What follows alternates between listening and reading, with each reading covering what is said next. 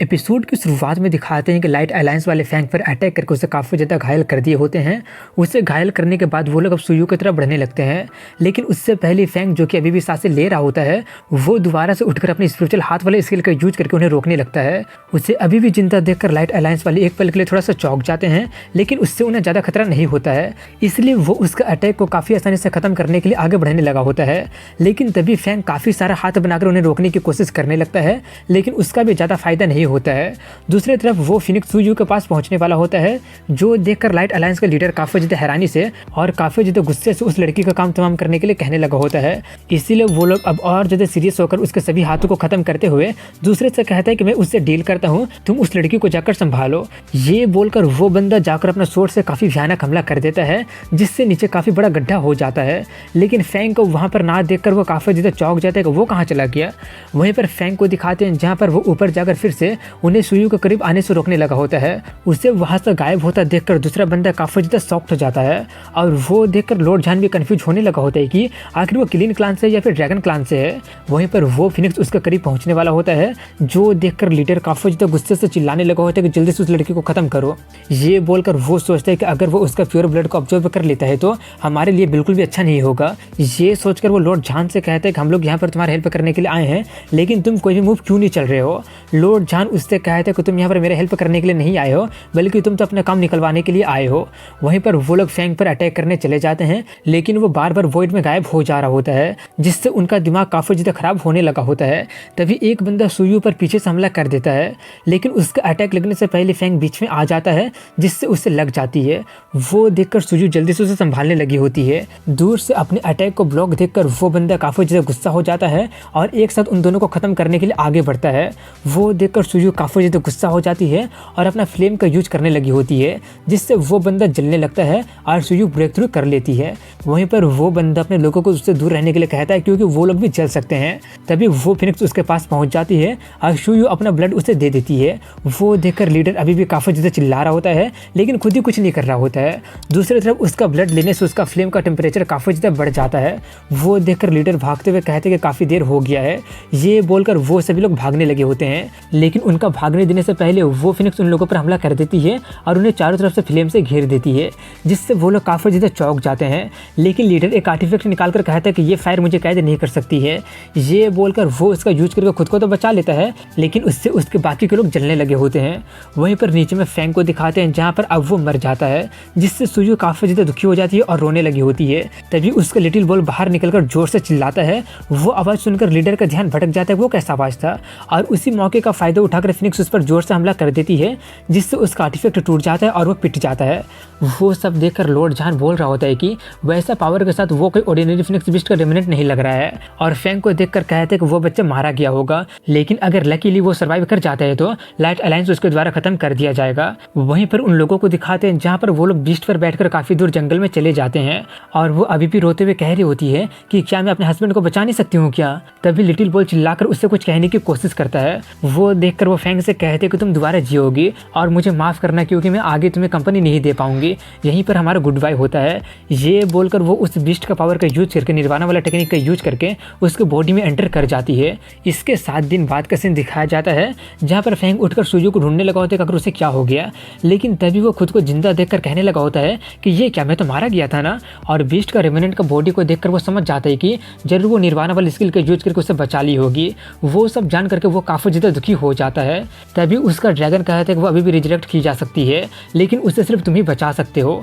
ये सुनकर वो जल्दी से उससे पूछने लगा होता है कि कैसे हो सकता है। वो बताते हैं कि वर्चुअल मार्शल आर्टिस्ट का सुप्रीम बॉडी का स्ट्रेंथ काफी सारे मिरेकल को क्रिएट कर सकता है। हालांकि उसका फिजिकल बॉडी नहीं रहा, लेकिन उसका सोल अभी भी जिंदा है, और वो सिर्फ अपनी निर्वाणा वाले स्किल से मर्ज हुई है। इसीलिए तुम हाई लेवल में पहुंचकर उसका सोल को अपने बॉडी में से निकालकर उसके बॉडी को रीसेट कर सकते हो, और उसे रीसेट करने के लिए सिर्फ केओस की एनर्जी का ही जरूरत होगा। अगर तुम वर्चुअल मार्शल आर्टिस्ट के सुप्रीम बॉडी को किसी सर्टेन लेवल तक कंट्रोल कर लोगे, तब उसका फिजिकल बॉडी और रिलम को डेवलप किया जा सकता है। ये शुरुआती टेक्निक है और इसे ही सभी की का पेरेंट की कहा जाता है। जब ये सबसे पहली बार ओपन हुआ था, तब एक की 9 एक्सट्रीम में ट्रांसफॉर्म हुआ था और सभी लिविंग बीइंग को जन्म भी दिया था। पूरे दुनिया में 9 एक्सट्रीम है, वो सभी केओस के पावर से ओरिजिनेट हुआ है, और वो किसी भी चीज को डेवलप कर सकता है। उनकी बातें सुनकर फैंग कहता है कि वर्चुअल मार्शल आर्टिस्ट को सुप्रीम बॉडी के पावर को कंट्रोल करना उतना भी आसान नहीं है। लिन हुई मुझे बताया कि 9 एक्सट्रीम का स्ट्रेंथ होंगमेंग रिलम का 8 फैमिली के पास पास से। वो ड्रैगन कहता है हाँ, 8 फैमिली के पास 8 सुप्रीम पावर है और वो लोग एंशिएंट टाइम से ही ऐसे हैं और उनमें से सबसे ट्राइनिकल सुप्रीम पावर थंडर एट्रीब्यूट वाला है, जिससे कि अभी यान फैमिली कंट्रोल कर रही है। यान फैमिली 8 फैमिली में से एक नहीं है, बल्कि थंडर टेंपल का 3 गॉड में से एक है। उसकी बातें सुनकर फैंग कहते हैं कि अगर मैं उन्हें प्रोवोक कर देता हूं तो वो लोग मुझे खत्म किए बिना नहीं रुकेंगे, लेकिन वर्चुअल मार्शल आर्टिस्ट को सुप्रीम बॉडी की पावर को कंट्रोल करना और सुयू को बचाने के लिए मुझे ये करना ही होगा। ये बोलकर वो खुद से कहते हैं कि मैं तुम्हें रीबॉर्न करके अपना असली वाइफ बनाऊंगा। ये वो कह ही रहे होते कि तभी उसे एक एनर्जी फील होती है, इसलिए वो उसे ओपन करता तो उसे पता चलता है कि वो काफ़ी पावरफुल होता है और कुछ सोचने के बाद उसे पता चल जाता है कि वो जरूर फिनिक्स गॉड का रेमिनेंट का पावर होगा। ये जानकर वो काफ़ी ज़्यादा खुश होकर सोचता है कि इस पावर से अब मुझे उन होली वॉरियर से डर नहीं है। ये बोलकर वो सामने मौजूद गुफा में ट्रेन करने के लिए चला जाता है। अगले सीन में लाइट अलायंस वाले को दिखाते हैं, जहाँ पर एक हाई स्टेटस वाला बंदा अपने लोगों को पीटते हुए कह रहा होता है कि तुम सभी के सभी लोग बेवकूफ़ हो। क्या तुम लोगों को पता भी है कि अगर लोगों को पता चल जाएगा कि फिनिक्स गॉड का रेमिनेंट चोरी हो गया है तो उसका परिणाम क्या होगा। वो लोग खुद को एक्सप्लेन करने की कोशिश करते हुए कहते हैं कि हमें नहीं लगा था कि वहाँ पर हुआंग क्लान और ड्रैगन क्लान के लोग होंगे, लेकिन वो बंदा उनका कोई भी एक्सप्लेनेशन ना सुनकर उन्हें पीटते हुए आगे क्या करना है वो बताकर चला जाता है। इसके 3 दिन बाद का सीन दिखाया जाता है, जहाँ पर फैंग का सभी मेरिडियन खुल गया होता है, जिससे वो काफ़ी ज़्यादा हैरानी से कह रहा होता है कि इससे होने में कम से कम 1 महीना लगना चाहिए, लेकिन ये इतना जल्दी क्यों हो गया। ये सोचकर वो जाने की तैयारी करते हुए सोचता है कि अब देखने का बारी आ गया कि यहाँ पर लाइट अलायंस का स्टेटस क्या है। इसके बाद मोजू सिटी का लाइट अलायंस का ब्रांच को दिखाते हैं, जहाँ पर फैंग मास्क लगाकर जाता है और जाकर उन सभी लोगों को मारने लगा होता है और बाकी के लोगों से पूछता है कि क्या तुम लोग भी लाइट अलायंस से हो। वो लोग डरते हुए कहता नहीं, हम लोग ऑर्डिनरी लोग हैं। ये सुनकर फैंग उन्हें ना मारकर वहाँ से जाते हुए कहता है कि उन्हें मैसेज पास कर देना कि मैं वापस आकर लाइट अलायंस के सभी लोगों को खत्म कर दूंगा। वॉइड वाला टेक्निक को देखकर वो लोग सोचने लगे होते हैं कि कहीं वो ड्रैगन क्लान से तो नहीं है ना। इसके हाफ मंथ के बाद एक रेस्टोरेंट का सीन दिखाया जाता है, जहाँ पर सभी लोग लाइट अलायंस के साथ जो कुछ भी हुआ होता है उसके बारे में डिस्कस कर रहे होते हैं। उनकी बातें सुनकर फैंग सोच रहा होता है कि सभी लोग अभी भी ये सस्पेक्ट कर रहे हैं कि ये किंग लोंग यानी कि ड्रैगन क्लान का काम है, इसलिए वो लोग कोई भी एक्शन नहीं ले रहे हैं। ये सोचकर वो उनके बातें सुनना जारी रखता है, जहाँ पर वो लोग कहते हैं कि लेकिन ये मिस्टीरियस बंदा काफी ज्यादा प्रिंसिपल है, वो सिर्फ लाइट अलायंस वाले लोगों को ही मार रहा है, ऑर्डिनरी लोगों को नहीं मार रहा है। उनकी आगे की बातें सुनकर फैंग जाते हुए सोचते हैं कि अब मैं इसे जारी नहीं रख सकता हूँ, क्योंकि अगर मैं ऐसा करूंगा तो मैं फंस भी सकता हूँ। ये सोचकर वो पेमेंट करने जाते हुए सोचते हैं कि अगर मैं होली माउंटेन में जाकर बदला लेने की कोशिश करूंगा तो ये अपने पैरों पर कुल्हाड़ी मारना जैसा होगा, इसलिए मुझे जल्दी से अपना पावर को बढ़ाना होगा। ये सोचकर वो काउंटर के पास जाकर एक्स्ट्रा पैसा देकर उनसे पूछता है कि क्या तुम्हारे पास कुछ ट्रेजर की इन्फॉर्मेशन है जिसका यूज करके मैं शायून सिटी में अपने मेरिडियन को इंप्रूव कर सकूं। उसकी बातें सुनकर वो बंदा बताता है कि शायून सिटी डोंगमिंग एम्पायर का 4 मेन सिटी में से एक है, सो ऑफकोर्स वहाँ पर ट्रेजर होगा। सबसे फेमस ट्रेजर रून युआन फ्रूट है, जिसका मेडिकल प्रॉपर्टी लोगों के मेरिडियन को नोरिश कर सकता है और ये मार्शल किंग वालों का तो मस्ट है ताकि उनका मेरिडियन का स्पीड बढ़ सके।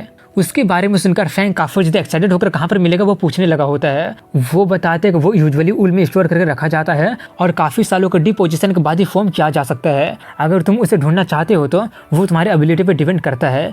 उतना जानकर फैंग उसे थैंक्स बोलकर जाने लगा होता है और सोच रहा होता है कि मेरा प्लान अभी भी नहीं बदला है। अब जबकि तुम लोग ये मान रहे हो कि मैं ड्रैगन क्लान से बिलोंग करता हूँ, तब मुझे ब्लेम मत करना। अगले सीन में बिस्ट गॉड टेंपल को दिखाते हैं, जहाँ पर पैसेज बिस्ट गॉड को लाइट अलायंस, फिनिक्स गॉड और शुयू के बारे में सब कुछ बता देता है। बताने के बाद वो अपने लोगों से कहता है कि तुम लोग जाकर शुयू को बॉडी को ढूंढकर उसे लेकर आओ। इतना बोलकर वो पूछता है क्या ड्रैगन क्लान से कोई न्यूज आया। एक कहते मैं उन्हें रिपोर्ट कर दी हूँ और मैं उनका सभी टैलेंट इन्फॉर्मेशन को ऑब्टेन भी कर ली हूँ और वो उसके क्लान से नहीं है। उसकी बातें सुनकर वो कहता तो इसका मतलब वो उसका क्लान का नहीं है, फिर भी उसके पास काफी एक्स्ट्रा ऑर्डिनरी टैलेंट है। लेकिन तभी वो कुछ नोटिस करता है और कहता है कि कहीं ये वही इंसानी लड़का तो नहीं है ना। इसके बाद हाफ मंथ बाद का सीन दिखाया जाता है, जहाँ पर फैंग अपने भेष बदलकर स्पिरिचुअल फ्रूट को बेचते हुए सोच रहा होता है कि पिछले हाफ मंथ में मैं 500 से ज्यादा स्पिरिचुअल फ्रूट को ओपन कर चुका हूँ, लेकिन फिर भी मुझे एक भी रून युआन फ्रूट क्यों नहीं मिला। फैंग वो फ्रूट बेच रहा होता है कि तभी वहाँ पर एक पर्सन आकर उससे कहता है कि अगर आप ये फ्रूट बेच रहे हैं तो मैं आपको 3 स्पिरिट क्रिस्टल देकर खरीदने के लिए तैयार हूँ। उसकी बातें सुनकर फैंग कहता है कि मुझे स्पिरिट क्रिस्टल नहीं चाहिए, अगर आपके पास रून युआन फ्रूट है तो मैं एक्सचेंज करने के लिए तैयार हूँ। वो बंदा काफी ज्यादा एक्साइटेड होकर कहने लगा होता है कि मेरे पास एक है, क्या मैं उसके बदले 3 फ्रूट को एक्सचेंज कर सकता हूँ। उसका बात सुनकर फैंग सोचते हैं कि इस फ्रूट का मेडिकल प्रॉपर्टी किसी की लाइफ को 1 साल के लिए बढ़ा सकता है, लेकिन रून युआन फ्रूट का मेडिकल प्रॉपर्टी मेरिडियन को 1 घंटे के लिए इनहांस कर सकती है। वो ट्रेजर उनके लिए ज़्यादा फायदेमंद तो नहीं है, लेकिन मेरे लिए काफ़ी काम का है। ये सोचकर वो उनसे कहते कि अगर कोई और एक्सचेंज करना चाहता है तो आकर कर सकता है। ये सुनकर काफ़ी सारे लोग जाकर उससे रून युआन फ्रूट को एक्सचेंज करने लगे होते हैं और इसी के साथ यहीं पर इस एपिसोड की एंडिंग हो जाती है। अगर वीडियो पसंद है तो लाइक कमेंट शेयर के साथ चैनल को सब्सक्राइब जरूर कीजिएगा। मिलता हूँ अगले वीडियो में, किसी के लिए हैव अ गुड डे।